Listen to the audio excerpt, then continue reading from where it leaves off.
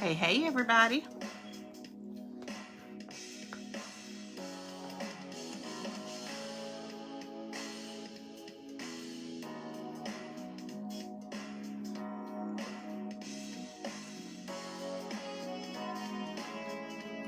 Hello there.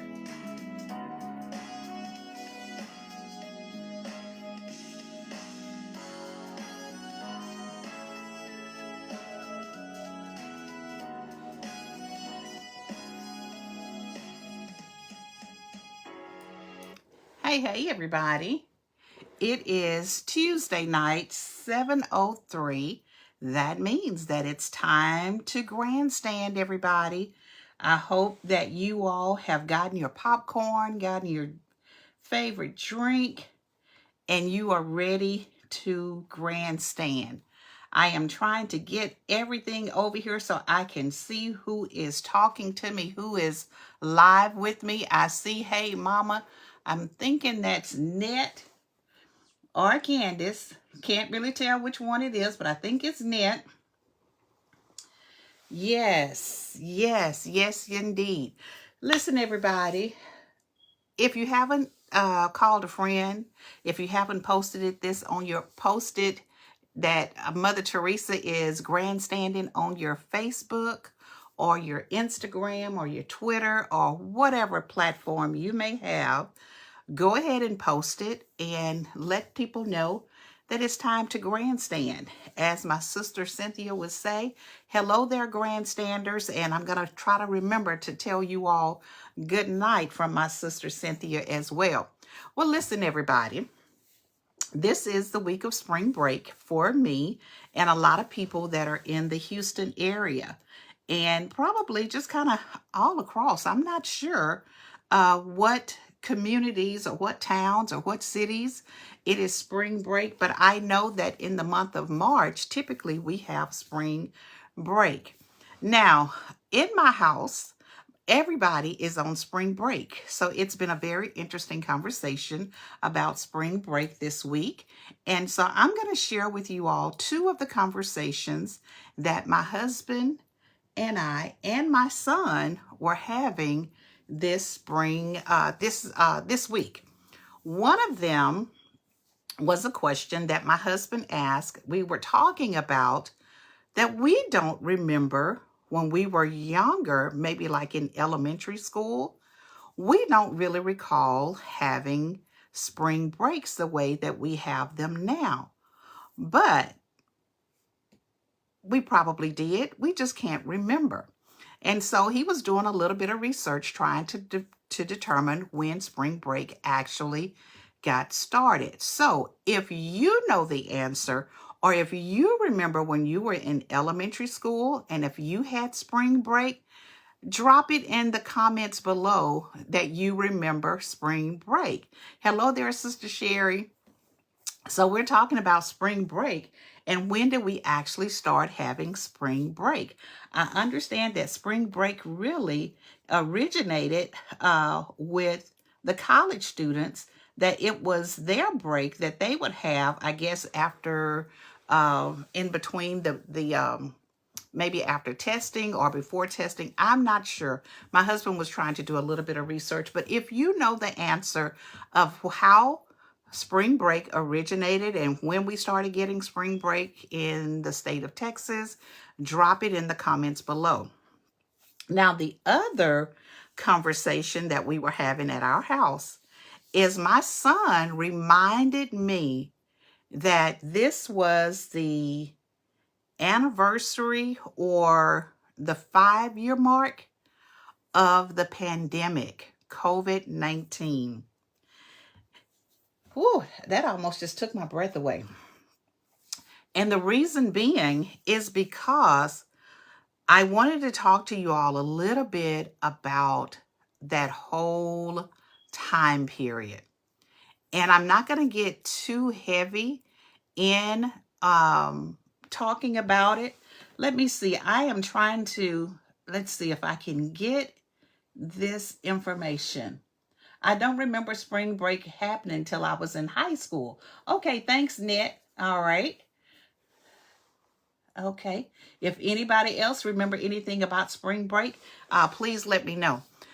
But I wanted to talk to you all a little bit about the pandemic 5 years later and the lessons that we learned from the pandemic and moving forward. Some of the things that we are still talking about, and some of the things and some of the ways that our lives have changed.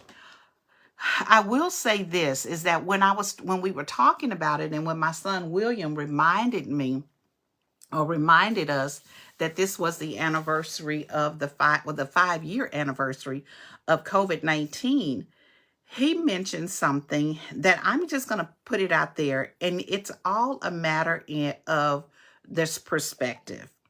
Now, Will was 5 years ago. Let's see. Help me with my math, Net. If it was 5 years ago in 2019, Will graduated in 2022. So he must have been a sophomore in high school when the pandemic happened. But one of the things that my son said to me and his dad was that was the best time of his life. And I said, huh? How was that the best time of your life, son? And he went on to explain it to me, to us. He said, first of all, it was a spring break. You all remember, it was a spring break that did not end. We went on spring break and we just didn't go back. The whole world almost just kind of shut down. Well, he mentioned the fact that it allowed him, first of all, to be at home. It allowed him to focus more on his schoolwork. He's always been a really good student, but his academics just shot up through the roof. And let me just tell you the way that my son was doing things. The way that he would do things, of course, if you all remember, if you worked in education, you all remember that you had until 11:59 that night to get your schoolwork in. And my son would take it right up until almost 11:59.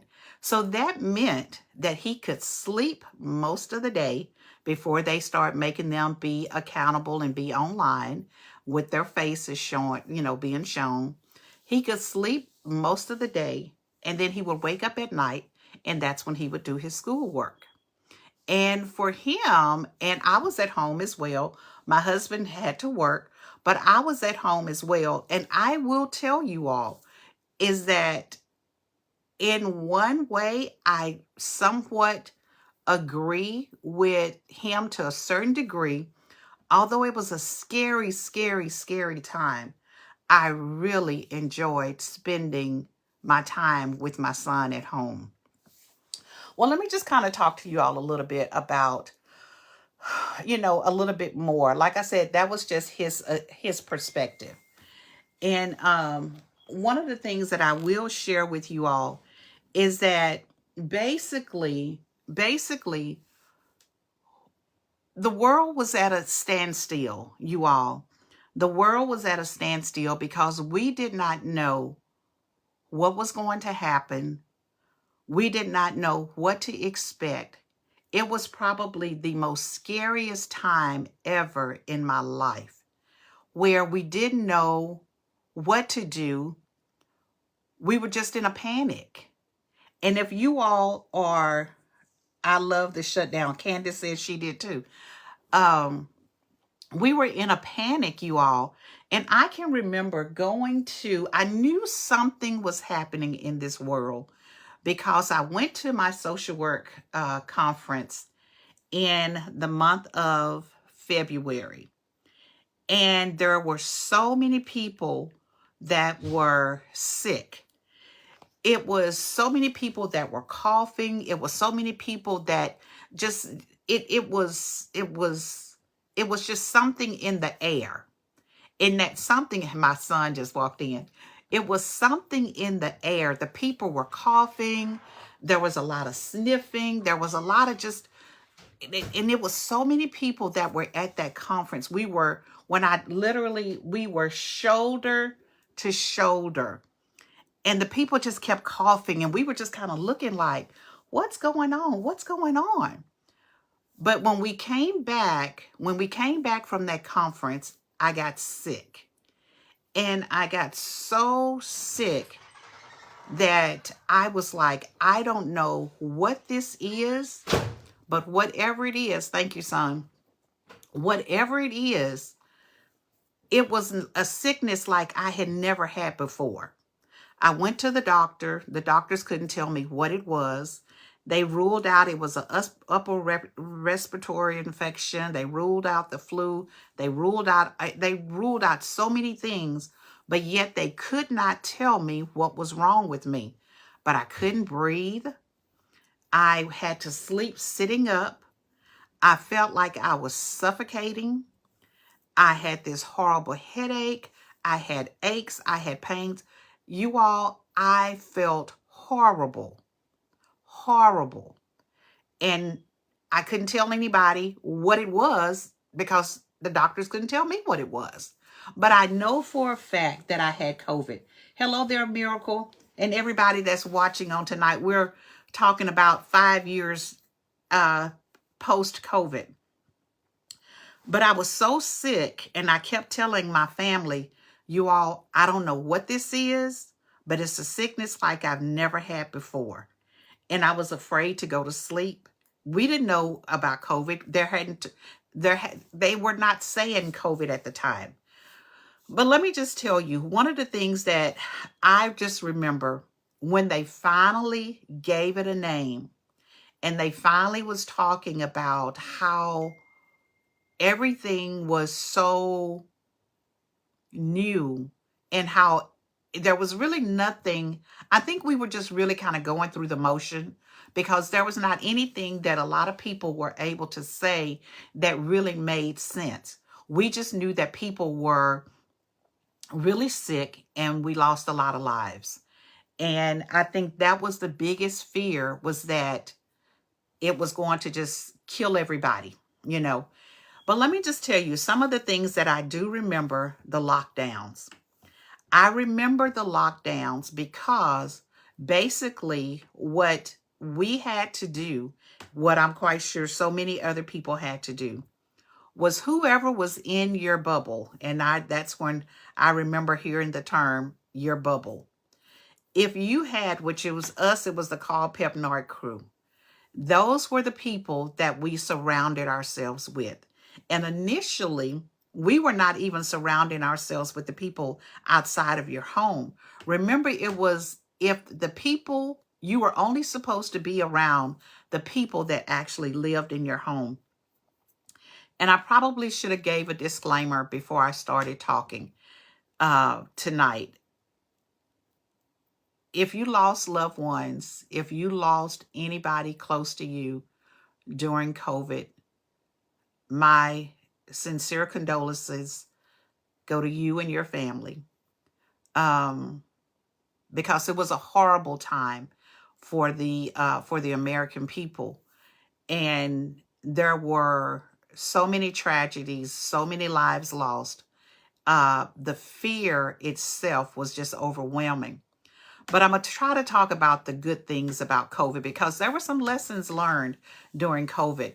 You know, one of the things that I will say is that we learned to be with our families. We learned to put down the distractions from outside of the world, and we began to really focus on the people that were close to us. I remember I couldn't go home for a while to see my mom. I don't think I went to Nacogdoches for quite some time. We didn't really travel outside of the house. That's when, we started doing the grocery pickups, and we started doing that.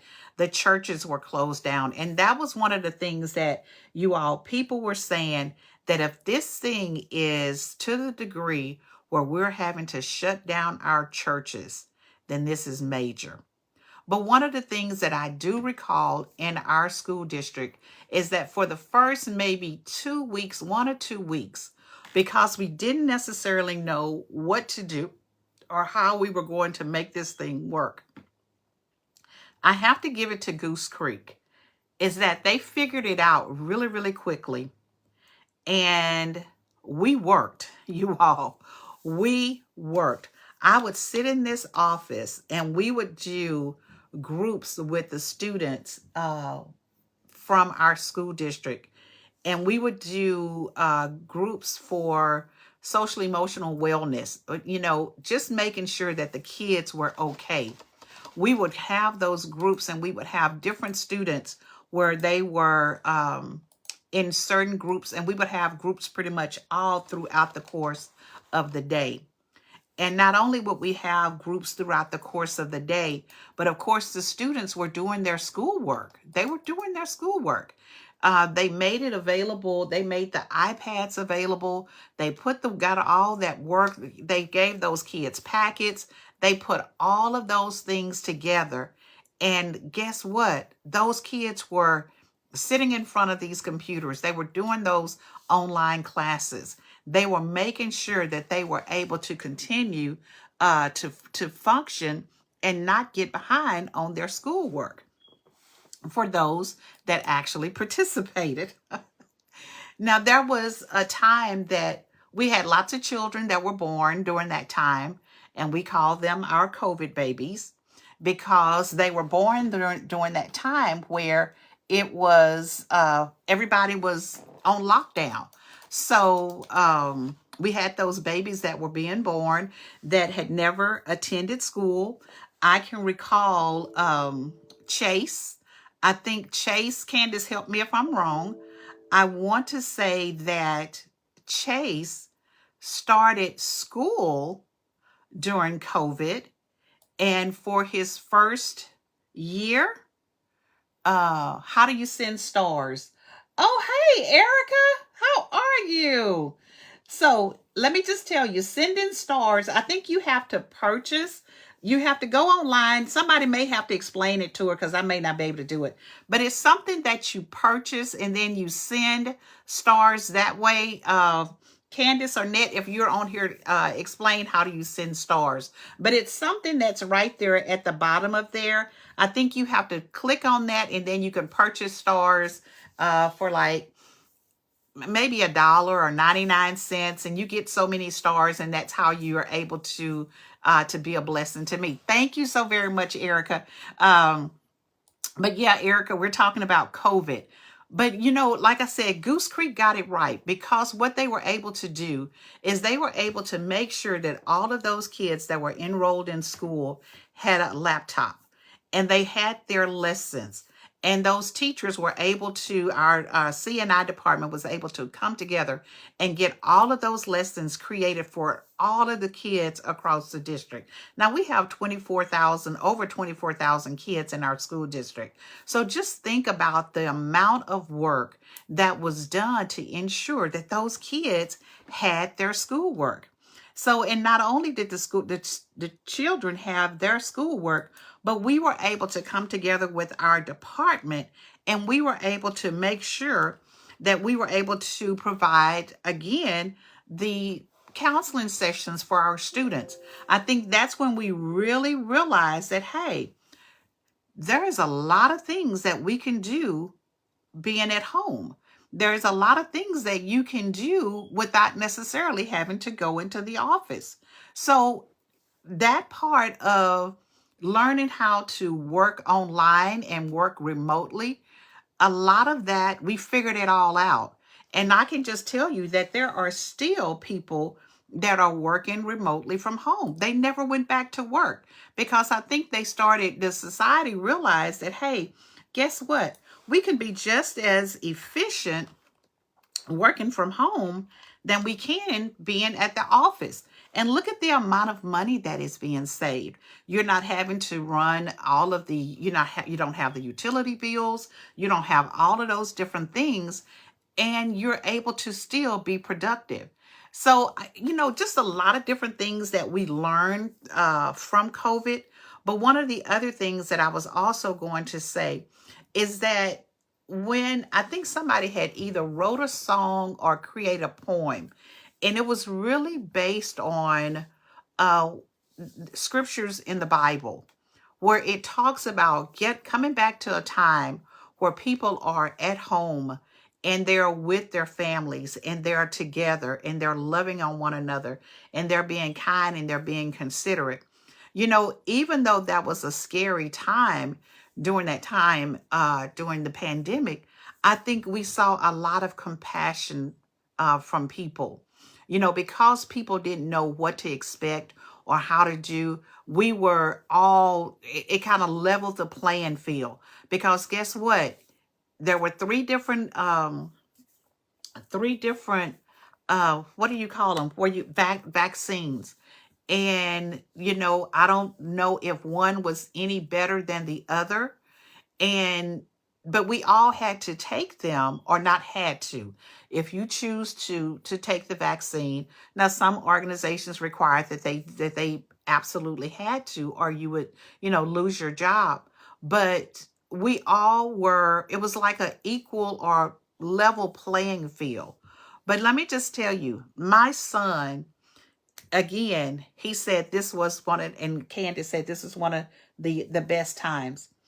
um my son basically stated that he did not want to take the vaccine. And he was like, Mom, think about it. They just had this short amount of time to experiment with this COVID vaccine. And then all of a sudden, they have this vaccine that they're wanting everybody to take. And he was like, I don't trust it. I just do not trust it. And let me just tell you all, now my son probably did not get sick until much later. And I don't think he was ever, or maybe he was diagnosed with COVID. But let me just tell you, he did well. He did fine. But I will go back and I will say, you all, my time is almost over. It seems like I just started talking. But again, there was a lot of lessons that were learned during COVID. And I think the biggest lesson that I will say that I learned is that I learned to trust God more, even in the midst of being so afraid of, you know, the possibility of losing my life, losing the lives of so many of my loved ones. Because, you know, like they said, if you have underlying health conditions, then, you know, those were the people that were most at risk. And even with my mom, you know, with her health conditions, you know, she was unable to take the vaccine. And, you know, several people, either they chose not to, or for medical reasons, or just their whatever, they could not take the vaccine. But I'm so very thankful that my mom is still here, that all of, you know, my loved ones are still here. But what it did, you all, is that it forced us to trust God more, to depend on him even more, to trust that he was still in control of this nation, of this world. Even with a virus that was so horrible, like COVID-19, God is still able to say, I'm going to protect you. I'm going to protect you. I'm going to make sure that you stay safe. But not only that, but I'm going to provide for you. So many people lost their jobs. So many people were, you know, lost their jobs. They lost their homes. They lost, you know, a lot of their things because they couldn't go to work. But I will say that God is a provider, you all. And even during the midst of having such a horrible thing to go through that we endured, he still reigns, and he still sits on the throne. He still guides us. He still protects us. And so I pray that we never have uh, anything like the pandemic ever again. But if we do, you all, the lessons that we learn is to value one another, Value the people that are your family, your friends. Value your neighbors, but also learn to trust God. And although things may look really, really bleak, you all, God still has everything under control. And so many times when we are faced with the uncertainties of this life, like we don't know what's going to happen. We don't know what's going to happen today, tomorrow. Our world is in an uproar right now, in the climate in which we live right now. But I still trust God. I still trust God. And as long as we trust God, it doesn't necessarily matter what's happening at this house, at that house. It doesn't matter. We know where our help comes from. And because we know where our help comes from, then we're going to continue to trust Him. We're going to continue to cast all of our cares on God, because guess what? He's the only one that can bring us through. You all, I had so many good notes that I had written down, and my computer went off and I cannot find it, what I had typed in and everything, but that's okay, because guess what? You know what? When God has been good to you, when you know God as your savior, as your provider, you always have something to say. You always have something to say. So I'm never really at a loss of words. I can lose my notes, but guess what? When it's in my heart, I can't lose that. I can't lose that. So listen, everybody, I just want to say, what is today? Today is March the 11th. So before we come back together, we will have celebrated my mom's birthday. My mom is turning 82 years old on March the 13th. So if you all that are still here, let's give some hand claps, put some hearts, put some everything in there. Miss Everline Eigner is turning 82 years old. And just like we have always done, if the Lord delays His coming, and what they say, and the creek don't rise, we plan to be in Nacogdoches in full force on this upcoming weekend to celebrate my mom's birthday. So if you all know Miss Eigner, for those of you all that are not family, you're going to hear this a little bit later. Please drop some happy birthdays in the chat. My mom is she's one blessed woman of God. And we are so very thankful that we can celebrate her. Miracle, we're looking forward to seeing you too. We cannot wait. We cannot wait. Thank you, Sister Sherry, and everybody else. So we're going to Nacogdoches, you all. We're going to Nacogdoches, and we're going to just love on her and love on our family and just enjoy our celebration for my mom's birthday. So everybody, I thank you all for joining me on tonight. Again, like I said, I will always have hopefully something to say about something. And if you are enjoying grandstanding with Mother Teresa, I have been sharing some little freebies with you all. New Mercies, which is a devotional planner. A couple of you all have asked for it, so I've sent it out to you all. I hope that it's been a blessing to you all. And for those that are just tuning in tonight, or you're going to watch the replay, if you would like to have a copy of that, I am still sending it out. I will send it out as long as people would like to have a copy of it. It's just a daily devotional that you can use to strengthen your walk with Christ. And hopefully it will be something that you can use each and every day. And if you can't use it, then guess what? Maybe you would like to share it with somebody else. Now, let me just say this. I am still just sharing it right now with my listeners that are on grandstanding. Eventually, it will be out for sale, but I'm just kind of testing the market right now. So listen, everybody, I want you all to know that I really appreciate you all grandstanding with me on tonight. And if you are on spring break this week, again, be careful, be safe, enjoy yourself, do something fun, but be safe, okay? And I just want to say, I will see you all on next Tuesday for grandstanding. And if I don't come back on you, you know what? I may try to do a little bit of live footage, grandstanding when we're in Nacogdoches. That's if everybody is okay with that. We'll just see what happens, Miracle. Okay? All right. As my sister Cynthia would say, good night, everybody, or good night, grandstanders. We will see you all the next time.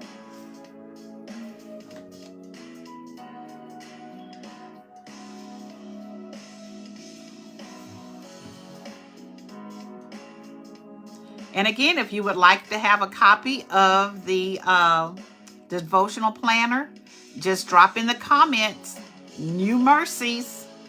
That's all you need to put, New Mercies, and I know how to get in contact with you. All right, good night, everybody.